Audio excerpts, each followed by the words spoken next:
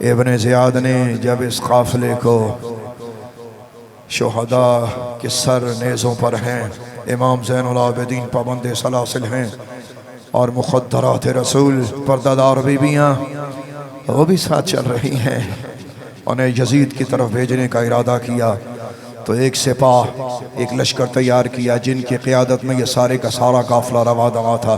یہاں ایک بڑا دردناک واقعہ ہے، وہ میں آپ کی خدمت میں پیش کر کے آگے جاؤں گا، ذرا سوچئے گا۔ یہ قافلہ چلتے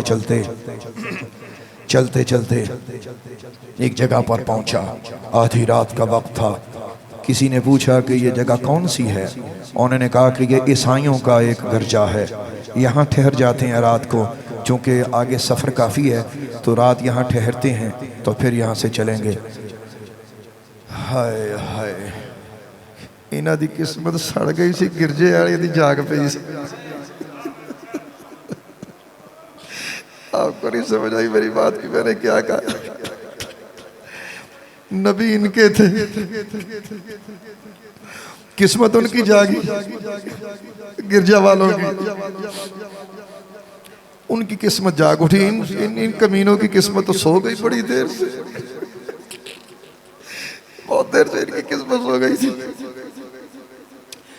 تو یہ اس گرجا کے پاس جا کر پوچھتے ہیں کہ ہم نے رات قیام کرنا ہے۔ تو انہوں نے پوچھا کہ تم کون ہو؟ اب انہوں نے کیا بتایا؟ انہوں نے کہا کہ ہم نے چند باغیوں کے سر کاٹے ہیں اور ہمارے پاس ہیں، تو ہم یہاں ٹھہرنا چاہتے ہیں۔ اور ظالموں، تمہاری زبانیں جلیں، رسول خدا کے خاندان کو باغی کہنے والوں، کاش زمین پھٹتی، آسمان تم پہ ٹوٹ پڑتا، اللہ کے قہر کی بجلیاں تم پہ نازل ہوتی۔ کہنے لگے چند باغی ہیں، ان کے سر کاٹ کے ہم لائے ہیں، ہم یہاں رات ٹھہرنا چاہتے ہیں۔ انہوں نے کہا کہ یہ بچے کون ہیں؟ انہوں نے کہا کہ یہ بچے ان کے خاندان کے ہیں۔ انہوں نے کہا یہ بیویاں کون ہیں؟ انہوں نے کہا یہ قیدی ہے، اور جن کا قیدی زمانہ ہے، جن کی محبت کا قیدی زمانہ ہے، آج ان کو قیدی کہنے والوں تمہاری زبانیں جل جاتی۔ سنو کیا ہوا، ان کی قسمت سو گئی، ان کی قسمت جاگی۔ اللہ اکبر، اللہ اکبر۔ وہاں سے ایک راہب باہر نکلا، آدھی رات کو آنکھیں ملتا ہوا آیا۔ جب اس نے دیکھا کہ یہ سرہائے مبارکہ نیزوں پر چڑھے ہوئے ہیں اور بیویاں پردہ دار ہیں اور چھوٹے چھوٹے بچے رو رہے ہیں، اللہ اکبر کبیرہ، ذرا غور کیجئے گا۔ میں آپ کی خدمت میں ایک بات عرض کرنا چاہتا ہوں۔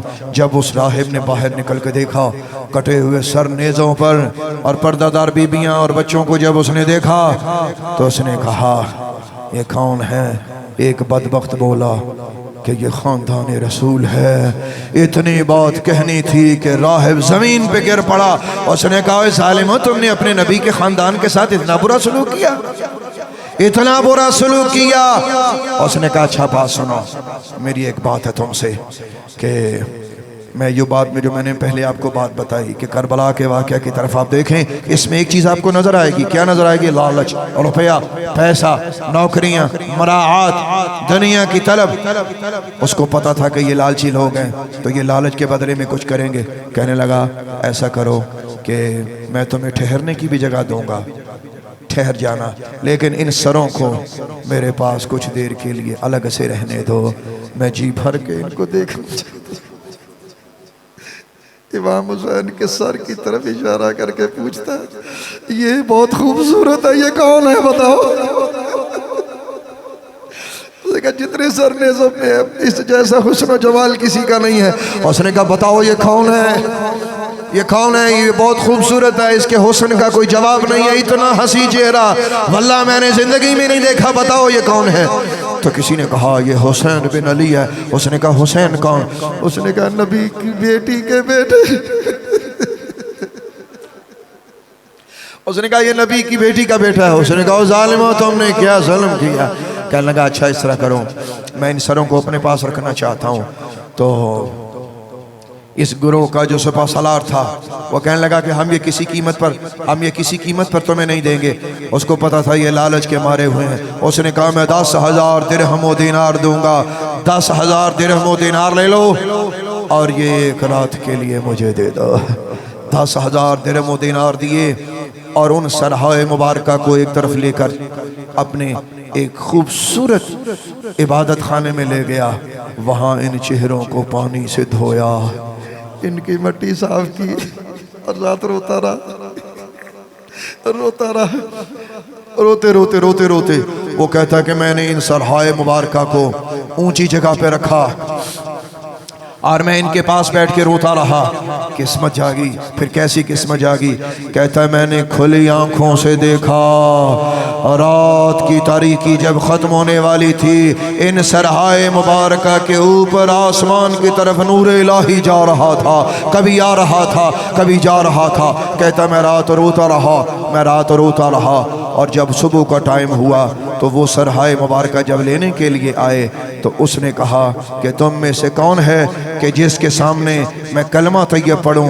تو ایک شخص نے کہا کہ میں بڑا قابل ہوں، میں بڑا دیندار ہوں. کہتا ہاں وہ دے تیری دینداری تو نظر آ گئی ہے، تو کتنا دیندار ہے. اس نے امام حسین کے سر انور کی طرف انگلی کر کے کہا اشہد ان لا الہ الا اللہ واشہد ان محمدن عبدہ ورسولہ. امام حسین کے سر انور کو گواہ بنا کر وہ راہ مسلمان ہوا.